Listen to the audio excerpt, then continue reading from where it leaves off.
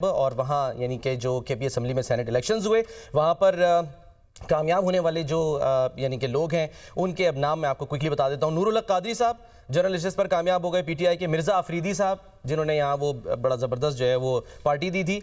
और रुबीना नाज साहिबा ये कामयाब हो गई हैं ख़वातीन की मखसूस नशिस्त पर। रुबीना खालिद साहिबा पीपल्स पार्टी से जो है वो रिप्रेजेंट कर रही थी, ये कामयाब हो गई। आज़म सवाती साहब ये भी कामयाब हो गए हैं टेक्नोक्रेट की नशिस्त पर। और दिलावर खान साहब जिनका ताल्लुक JUI से था। और मुराद सईद साहब वो भी कामयाब हो गए हैं जी। और फैसल जावेद साहब आज़ाद लेकिन ज़ाहिर है ताल्लुक PTI से। फिर मौलाना अताउल हक साहब JUI से इनका ताल्लुक वो कामयाब हो गए हैं। तलहा महमूद साहब जिन्होंने पार्टी चेंज की थी वो भी कामयाब हो गए हैं। और नियाज़ अहमद साहब मुस्लिम लीग नून। तो 6 जो हैं वो PTI के यानी कि हुकूमत के हिस्से में आई नशस्तें हैं और अपोजिशन को 5 मिली। और अब नई पार्टी पोजीशन जो है वो भी सामने आ गई है। हुक्मरान इत्तेहाद को 2/3 अक्सरियत हासिल हो गई है। शामी साहब बड़ी यानी कि बड़ा इंतज़ार किया जा रहा था कि ये इंतखाबात हो जाएं। कोशिश एक तरफ ये भी जारी थी कि डिले हो ना हो सके, हलफ बर्दारी ना हो सके, वो लोग फिर दोबारा कोर्ट से उन्होंने रुजू कर लिया स्पीकर ने, CM ने। लेकिन सर आपको क्या लग रहा है ये कन्फ्यूजन क्यों फैलाया जा रहा था जब ये फार्मूला ऑलरेडी तय हो चुका था? बस ये खच्चरतानी जो थी PTI के अंदर की थी, अंदरूनी। अच्छा, अंदरूनी। उसके जो बागी अरकान थे, मुंह जोर कारकुन, नजरियाती कारकुन, वो डटे हुए थे कि हम इंतखाब में हिस्सा लेंगे। जो अमीनुल्लाह गंडापुर है, अली अमीन गंडापुर, उन्होंने देखा था पार्टी पोजीशन उनकी क्या है, अपोजिशन की क्या है, इसलिए बेहतर यह है कि एडजस्टमेंट कर ली जाए, बिला मुकाबला इंतखाब हो जाए ताकि कालक ना मली जाए किसी के मुंह पर। यह ना हो कि पैसा इस्तेमाल हुआ है, जैसे माजी में होता रहा और खबरें आती रही कि जी पैसा चल रहा है तो ठीक है ना खरीदने के लिए। तो ये पैसा जो है चलता है, जो पैसे वाले लोग हैं वो वोट इधर उधर भी कर देते हैं। तो अब तो PTI का कोई कारकुन नहीं, रुकन नहीं था, आज़ाद अरकान थे। जी हाँ, या सुन्नी तहरीक के थे। काउंसिल। तो इसलिए ये जो एक मामला पेचीदा था, तो बहरहाल अपोजिशन के साथ जो एक उन्होंने कमिटमेंट की थी उसी के मुताबिक नतायज आए।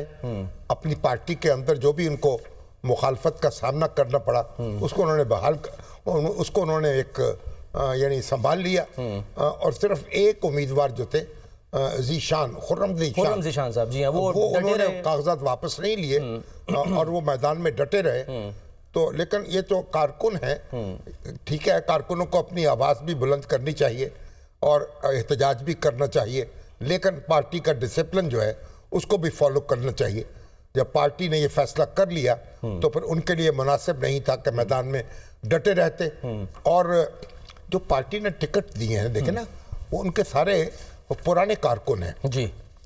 अब मुराद सईद जो हैं आप देखें, और वो जो फैसल जावेद जो हैं पुराने लोग हैं, कमिटेड लोग हैं। और मिर्जा मेहदी जो हैं वो भी पुराने आदमी हैं, थोड़ी सी कमजोरी दिखा दी उन्होंने, लेकिन बाहर पार्टी की जरूरियात होती, बावसीला लोग जो हैं वो भी पार्टी को चाहिए होते हैं। अच्छा। तो जो कमिटेड कारकुन है उनकी भी जरूरत होती है, हौसला लड़ने वाले भी चाहिए। वसीला को सर आमतौर पे वो ATM कहा जाता है, जो भी कह ले आप, लेकिन पार्टीज की जरूरत तो होती है ना। अच्छा। क्योंकि यहाँ तो पार्टियां जो हैं प्रॉपर तरीके से फंड नहीं जमा करती, या तो फंड जमा कर, हर पार्टी को जरूरत होती है। अब देखें हमारे अमीर मुकाम बड़े मोहतरम हैं और बड़े मुस्लिम लीग नून से जुड़े हुए हैं, जाहिर है उनके भी अपने वसाइल बेकनार हैं। और उनके बेटे जो हैं वो भी मुंतखब हो गए सेनेटर, और उनके भाई जो हैं वो इस वक्त वहाँ KPK की असेंबली में वो लीडर ऑफ दी ऑपोजिशन है, डॉक्टर इबाद।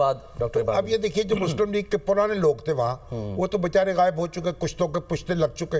एक नई मुस्लिम लीग जो है वह जन्म ले रही है। इसी तरीके से अब देखें वो तलहा महमूद जो है वो एक जमाने में JUI में होते थे, अब पीपल्स पार्टी में है, वो भी एक बावसीला है शख्स है। तो जो बावसीला लोग हैं उनकी भी जरूरत होती है पार्टीज को, जो कमिटेड कारकुन है उनकी भी जरूरत होती है।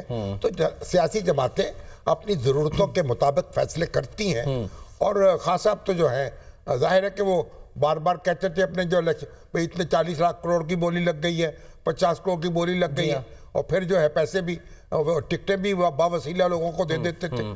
तो इरफान सिद्दीकी साहब तो ये कह रहे हैं कि मेरे पास तो सिर्फ 25,000 रुपया था, उसी से मैंने वो जमा कराया आपने और उसी से इलेक्शन लड़ा, सही। एक आना खर्च नहीं किया। सही। जाहिर है जब पार्टी आपकी पुष्ट पे होती है तो एक आना खर्च करने की जरूरत नहीं होती। अब भी जो लोग मुंतखब हुए हैं उनका आना खर्च नहीं हुआ। सर ये क्या वजह है जो भी कि कुछ जब दिया होगा पार्टी को दिया होगा या पार्टी को देंगे। यानी हालिया कुछ सालों में जब भी शिकायत आई हैं तो वो पीटीआई के ही खिलाफ आई हैं कि जी उनके लोग बिक जाएंगे, वो लोग जो हैं वो किसी और को वोट दे देंगे। ऐसा क्यों है? इसलिए कि अब तो आज़ाद लोग थे ना उनके, पार्टी डिसिप्लिन नहीं था उनको कोई, इसलिए ये बार कही जा रही थी।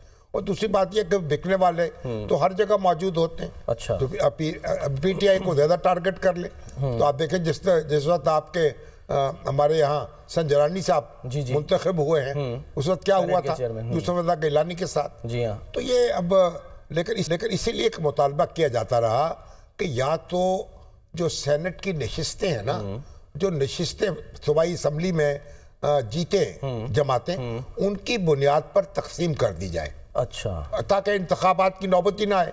अच्छा। जैसे औरतों की सीटें हैं, सही है, अक़लियतों की नशिस्तें हैं, ठीक है, मुतनासिब नुमाइंदगी के असूल के तहत तकसीम हो जाती है। ठीक है। या फिर बराह रास्त इंतखाब कराया जाए। जब कौमी असम्बली का इंतखाब होता है उस वक्त सेनेट का इंतखाब भी हो जाए। यानी सर सीक्रेट बैलेट नहीं होना चाहिए, आप ये कह रहे हैं? सीक्रेट बैलेट जो है उसके नुकसानात हैं। इंडिया में भी इस पे बहुत लहज़े होती रही है और इंडिया में भी ऐसे वाक़यात हुए हैं। फिर उन्होंने ये किया, सीक्रेट बैलेट को ख़त्म कर दिया। और क्योंकि सीक्रेट इलेक्शन का साफ और शफाफ होना और जो हमारी सेनेट है और कौमी असम्बली है, इनका इमेज उसको बरकरार रखना भी तो ज़रूरी है ना। ठीक है। तो इसलिए ये जमातें जो एक दूसरे को ताने देती हैं उसका तरीका यही है कि आप इसको या तो सीक्रेट बैलेट ख़त्म कर दें और या फिर आप बराह रास्त इंतखाब करा लें। लेकिन जब तक कोई कंसेंसस नहीं होगा उस वक्त तक तो ऐसा ही होता रहेगा। ठीक है शामी साहब, ये जो इस यानी कि इतवार के रोज़ जो हमने देखा, जो एक प्रेसिडेंट कायम हुई कि गवर्नर हाउस में हलफ बर्दारी हो रही है, और ये इस पर ज़ाहिर है बहुत से मतलब यानी कि हम ये कह सकते हैं कि एंगल्स आए। अब सीधा सीधा है कि आइन का आर्टिकल जिसमें तरमीम हुई है 26वीं तरमीम में 255(2), वो तो वाज़े कह देता है, वो तो कहता है, इसमें लिखा हुआ है, अगर स्पीकर जो है जी वो हलफ ना ले तो कोई यानी गवर्नर जो है वो हलफ ले सकता है। यानी chief justice Peshawar high court किसी को भी नामजद कर सकते हैं। उन्होंने नामजद कर दिया। बिल्कुल। देखिए बात यह है कि यहाँ क्या सूरत थी, यहाँ स्पीकर जो थे उन्होंने इजलास मुलतवी कर दिया। अच्छा। जब इजलास बुलाया तो कहा कि कोरम पूरा नहीं है, और वो भी हुकूमत की तरफ से, हुकूमत की तरफ से। जब कोरम पूरा नहीं है तो इजलास मुलतवी कर दिया। कब मुलतवी किया? 24 तारीख को। बिल्कुल। और इलेक्शन कब है? वो आज है। तो गया इसका मतलब ये हुआ कि स्पीकर साहब की कोशिश थी कि जो अरकाने असम्बली मखसूस नशिस्तों पर कामयाब हुए हैं वो वोट ना देने पाए। यानी ये तो आर्टिकल 65 की फिर सर खिलाफ वर्जी, अगर हलफ ना उठाते वोट ना दे पाते। सही। तो इस तरह उन्होंने हाँ यदि मुंह से तो ना नहीं की, ठीक है, लेकिन अमली तौर पर तो ना कर दी ना जी। और जो एक प्रोसेस है रुकावट डाल दी। हाई कोर्ट ने बिल्कुल दुरुस्त हुक्म दिया कि गवर्नर से कहा कि आप हलफ ले लीजिए। अच्छा। आइन का तकाजा यही था, इसको पूरा कर लिया गया।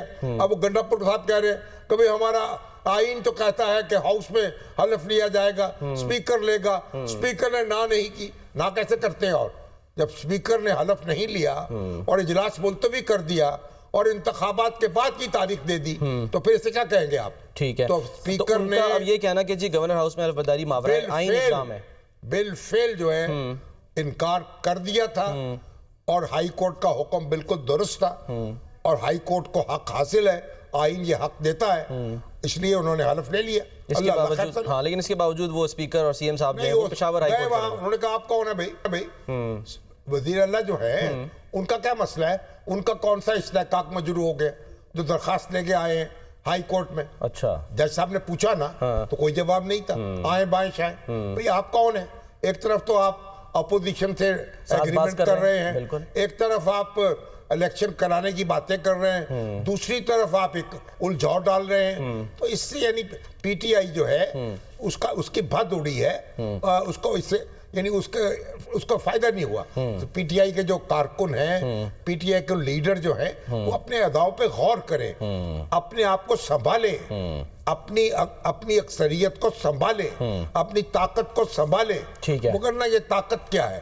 ताकत तो एक पानी की तरह होती है, अच्छा उड़ जाती है, भाप बन के उड़ जाती है। अच्छा कितने सर, पानी तो अपना रास्ता भी बनाता है ना सर? पानी रास्ता बनाता है, पानी मुंहजोर भी हो जाता है, पानी तबाही भी करता है, सैलाब भी बन जाता आग भी बुझा है, देता और है। पानी जो है वो गजल भी हो जाता है। पानी फिर धूप पड़ती है तो पानी बादल बन के उड़ जाता है, गायब हो जाता है। सही। तो ये पानी जो है इसको बचाएं, इसको किसी काम में लाएं। तो अगर आप इसको इस तरह जाया करेंगे, कितने पॉपुलर लोग थे जो आए और चले गए। पॉपुलैरिटी किसी की मीरास नहीं है, सही है। किसी की जागीर नहीं है। ठीक है। आज एक है, कल दूसरा होगा। दूसरा सर, मैंने इससे जुड़ा एक सवाल करना है, लेकिन